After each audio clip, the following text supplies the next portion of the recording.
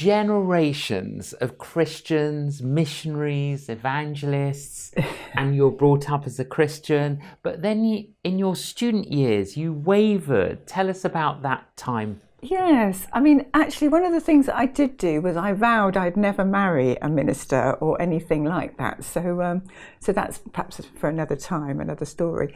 But yes, so I was brought up as a Christian in a loving Christian home. But I was very good at RE because my father was a vicar. So that meant I took it all the way to A-level. And of course, then the Bible became more of a textbook than an actual book to read for transformation. And so I think probably when I was about that sort of age, 16, 17, my faith became sort of head knowledge rather than heart knowledge. And I did have a few years of wandering around. Yeah, pretty unhappy, to be honest. Wandering around in the wilderness. Wandering around in the wilderness, well, at Cheltenham. When you were at college, yeah. Okay, and you were at that time studying, training in what? I studied in hotel management, so I was doing a course in hotel management. So. But then tell us, one summer, you're in Cambridge, you're running a coffee shop, and a mission takes place. Tell us about that. Shall I tell? Okay, yes. So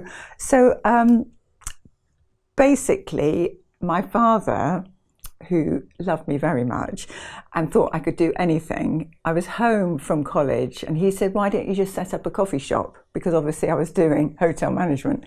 So I thought, well, actually not a bad idea. So we had it was right in the city centre. So a friend and I set up a coffee shop, and Margaret, and we had to share the premises with the overseas mission that was going on. So overseas students flocked to Cambridge to learn English, and so the churches all got together and they would reach out to them basically with a lunch bar and a coffee place in the evening. And so I had to hand the keys over. And the first thing was, I thought, I can't believe it. This is students my age who give up their summer holidays to come and tell people about Jesus. And I think that was the first thing that really spoke to me, that these people, that students would do this.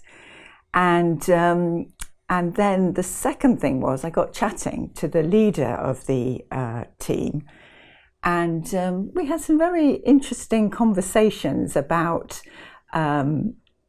life and the path you're on and where you're going, which of course I knew because I'd had that Christian heritage. I knew a lot of it and I was very dismissive. And he kept inviting me, saying, would you like to come and, come to one of the evening things? And I kept saying, no. But he was very persistent. And so I ended up, in fact, I'd go home, bake cakes and all that sort of thing, iron the tablecloth, and then sit down with my mum and watch a bit of TV. But that night I said, Mum, I'm going to go to this meeting. And I literally just went to this coffee bar that was happening in the evening. And everything spoke to me. It was like, now I know it was the Holy Spirit, but it was like the drama was like my life being laid out before me. And so it was amazing, really. And I was the first person to go forward.